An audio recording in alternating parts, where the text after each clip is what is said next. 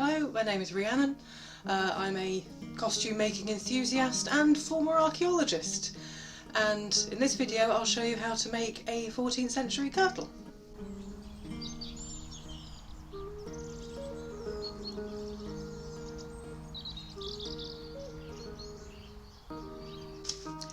Hello, future Rhiannon here. I realise I never told you why I specifically wanted to make a party colour kirtle.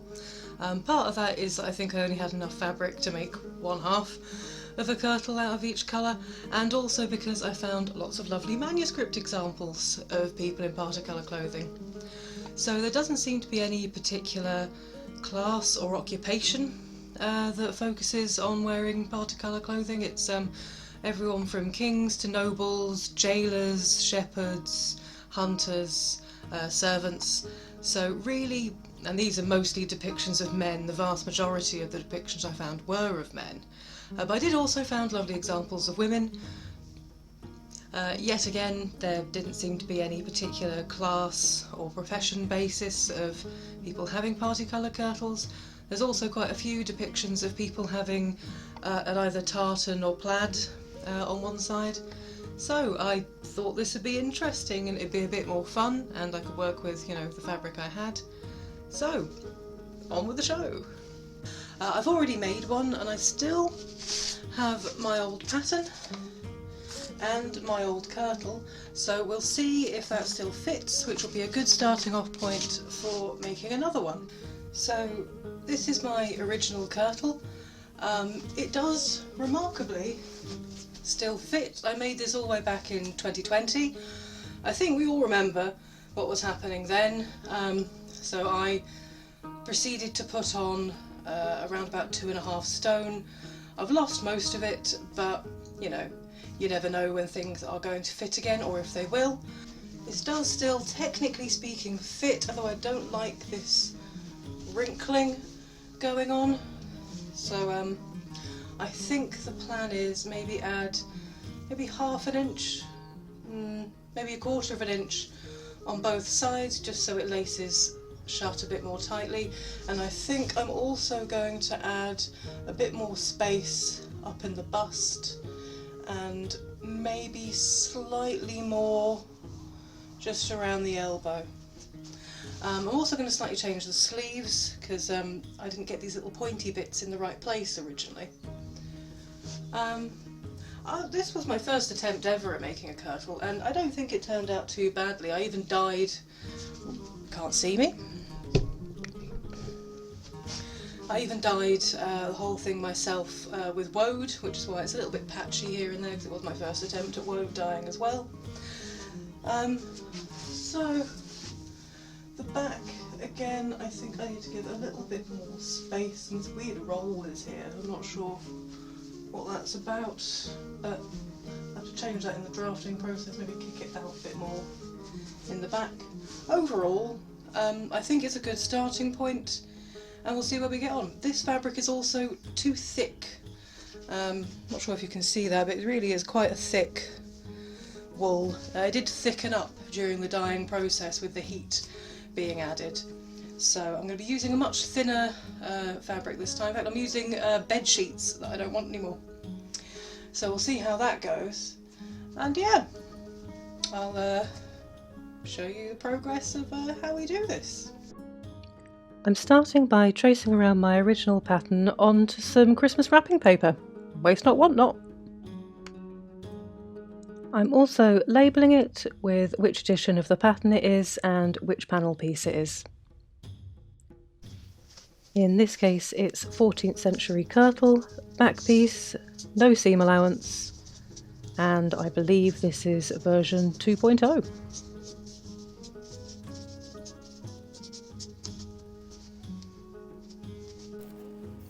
Now I'm doing the same thing with the kirtle sleeve. Because this piece of the pattern is less complicated, I'm making my changes immediately onto it, so just broadening it around the elbow and changing where the little pointy bit on the sleeve is.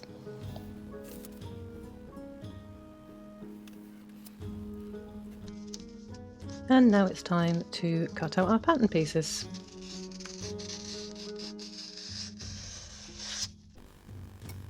Because this is a close-fitting and supporting garment, I've decided to do a mock-up, so I'm just ironing my mock-up fabric and now tracing it out and cutting out the pattern pieces. Here I'm just quickly pinning the two edges of the sleeve together to see if it fits properly. I'm happy with the fit of the sleeve, so these pieces will now become the lining. Now we do the same for the front and back panels. I'm only doing the top half of the kirtle because that's the only bit I need to see fits, because that's a supportive element. If you like Cecil II, my pin cushion, I have a video on how to make him. Here's me trying on my mock-up. I wasn't initially very happy with the fit, so as you can see I've added an extra 2 inches to the back panel. So this is me changing the pattern. You can also see I've got the help of the wonderful Grebe, and I'm watching something on 14th century history. Very appropriate. You can see here I'm just marking out an extra inch all along the back seam. These are the colours of fabric I decided to use. One is a bedsheet and one is a duvet cover. You can see there's actually a little wizard on one of them, but there's just about enough fabric to complete my pattern, and also there's a few bits that need cutting off, but I'm sure I can work around that. Now I'm just ironing my fashion fabric, since this is from the late 90s and has been in a box for years, and I'll then cut off the weird bits so that it lays flat as possible when I'm trying to cut out my pattern pieces. It's been a few weeks since I filmed this and I had no idea what I was doing for a second, but I'm checking with my body that there is definitely enough fabric to make a kirtle. Having apparently established that I do in fact have enough fabric to make a kirtle, I start marking out my pattern. To extend the pattern the full length of the skirt, I'm using a foldable ruler and then just tracing down from the end of the panel of the pattern down to the end of the fabric. In the end I ended up making the skirt way too long just because I wanted to definitely make sure I had enough, but here we go. So I ended up cutting out a front and a back in red and a front and a back in blue, along with sleeves for both of them, and then one full lining layer and one half lining layer, so there'll be 3 layers of fabric to provide an extra element of support to the top half of the kirtle. So here I'm just turning and felling the bottom edge of the middle panel, the one that's only supporting the top half, just because I don't want that to come undone inside the dress once it's finished. Now I'm just lining up my lining layers, and then pinning them together so they don't move around on me. At this point Grebe, of course, had to come and inspect my work. This is a craft project after all. Evidently I forgot to show you that I in fact made gauze, 6 for each colour, 1 in the front, 1 in the back and 2 in the side at the hip. Next I machine stitched the gauze to the front and back panels. Obviously this is not historically accurate, but the whole thing's made out of bed sheets, so I don't really know what you want from me. Not to mention the first kirtle I made I entirely hand stitched and dyed, so I've done my time. With the gauze now attached to the front and back panels, I'm just going to stitch the side seam together. Now we've got a complete red half and blue half, left and right, of the gown made. You can see I've got a little bit of patching just there where I accidentally cut through the lining. Oops! So now it's time just to stitch the whole back seam together. Et voila! It's actually starting to look like a dress! Woo! Next I stitched up the centre front seam, but only to just an inch above the gauze because the rest is going to be laced. This bit wasn't filmed because I did it on the bus to work, but here are 2 complete lined sleeves. So when I'm doing sleeves, I almost always either put the sleeve on the wrong arm or I do it inside out or the wrong way around. So the only way I've worked out how to do that is to line up the seam of the sleeve with the centre back and then pin outward from there. So that's what I'm doing here. I also tend to hand stitch sleeves because I'm not very good with a modern sewing machine and it goes too fast for me and I can't go around corners. Now the kirtle is all in one piece, it's time to finish off the seams. So I'm mostly going to be turning and felling these so that it lies flat and I don't get weird bulges underneath. So I start off by cutting off the excess, leaving about 1/4 of an inch of the seam allowance left. Then I fold over the inner fabric to make a little envelope so that the ends don't fray. And then I use a whip stitch to secure it. I then had to do this to all the rest of the seams, which took forever and ever and ever and ever. Hand stitching, oh, I can see why we invented sewing machines. It was now time to do the cuffs of the sleeves, so again I'm just turning and then I'm going to be stitching those down with a whip stitch, but I'm trying to get teeny tiny little hems on them so it's not bulky around the wrist. And same goes for the neckline at the back and front, which I'm first pinning into place and then I'll secure that with a whip stitch.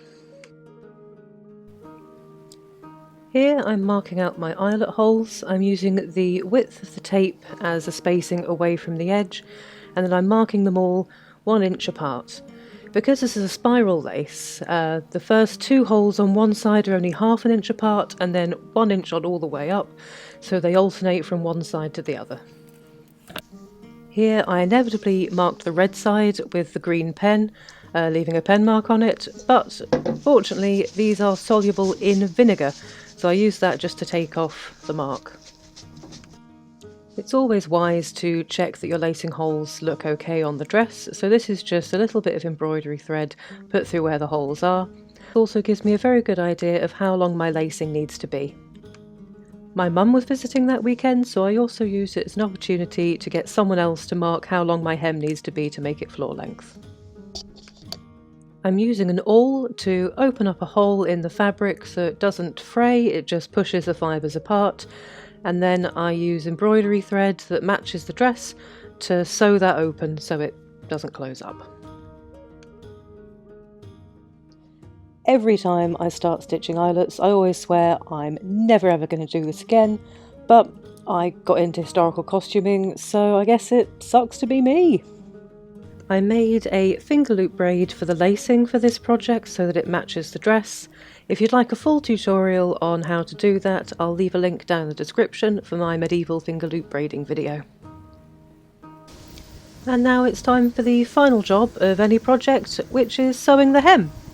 So again, I'm just turning it and then felling it down with a whip stitch, and that's the lot. This did take an awfully long time, but fortunately it was a beautiful day, and I got to settle there with a cup of coffee and enjoy the sun. So here is the finished kirtle. I'm really pleased with how it's turned out. It has taken about 2 weeks worth of all my spare time doing it. So I'm just going to give a quick once over to check there's no extra thread that's ended up sticking out because of all the basting stitches. And then I'll wait for the sun to come out so I can film a reveal.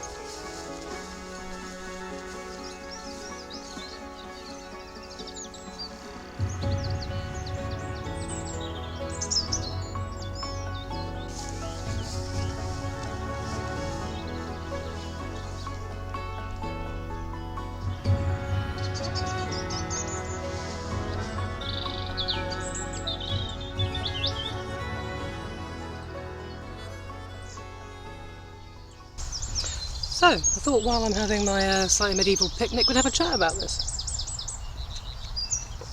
So, first things first, this is actually really cool. Cool as in it's awesome, and cool as in it's doing really well for the weather. It's about, I don't know, maybe 18, 19 degrees Celsius today, which for May in the UK is really quite hot. I was really boiling the other day in my polyester dress. I am trying to get rid of my polyester over time, but I don't see any point in chucking out something that already works. So, other things I'd mention. The boubage does slightly slip down, not too much, it's still in the roundabout the right vicinity, so I might slightly pinch just under both arms just to bring the little underbust in better, so it acts like a little shelf and stops the boobs sort of slipping downward. The length is good. I wanted something that would sort of do for lower nobility, sort of higher merchant class type thing, but also be quite practical for walking around fields, because I quite like walking around fields. So I thought this was, it's like precisely floor length with a slight teeny weeny train in the back, which works really well for what I'm after. You can of course take the end and tuck it up into your belt, which I might try and get a clip of that on the way back down the hill. That's not a bad idea. So it's very cool, I'm really happy with it. It hasn't sort of started pulling apart at any seams or anything. I can raise my arms perfectly fine. I'm not sweating, am I? Nope, nope, we're all good. I will say I'm going to probably make a new camise or shift just for under this, because the initial one I made had the shoulders a bit higher up. These are right on the shoulder point, so I do have to kind of tuck it in, roll it down. Ooh, risque. Also, if it was a super hot day, I would wear a wimple, because I'm slightly concerned that I might burn. Jewellery wise, these are some beads. They're technically Viking ones that my mother made. She made glass. My mum. This was a gift. This I think stolen from my mum. And earrings, I think they were popular circa 2013 or something, but they were sort of just jazzy enough and a bit subtle enough that they worked. In the 14th century we haven't got yet to cut jewels, so there will always be that nice rounded polished shape. This, again, very comfy. The hair, also really sturdy, it's staying in much better than I expected. Yeah, I really enjoyed this project. I mean, I made it out of bed sheets. It cost me not a penny. It cost me a lot of time, but didn't cost me any money. So, all in all, I'd say it was a real success. And the beeswax waterproofing I put on my medieval shoes, is working really well. Actually, the laces do keep coming undone. I might make some new ones. But yeah, all in all, it's a lovely day. It's a lovely Kirtle. I'm very pleased, and hope to see you again in the future. I'll leave links wherever the hell you leave links, so that you can see more of my videos. Please do check some of them out. I'm very new to this, but I'm enjoying it, and I hope to be doing some more interesting projects in the future. Oh, should mention, medieval waste bag thing, that was a kit bag that, again, my mum got me for my birthday, so I'll put the link to that in the description. I'll also put the link to this belt in the description, and the shoes, but I did buy those a couple of years ago, so I can't remember exactly. I'll check my emails and see where I got them from. So, what's it, like, comment and subscribe if you want. I'm not going to pressure you to do it. I'd like it if you did. And yeah, cheery bye.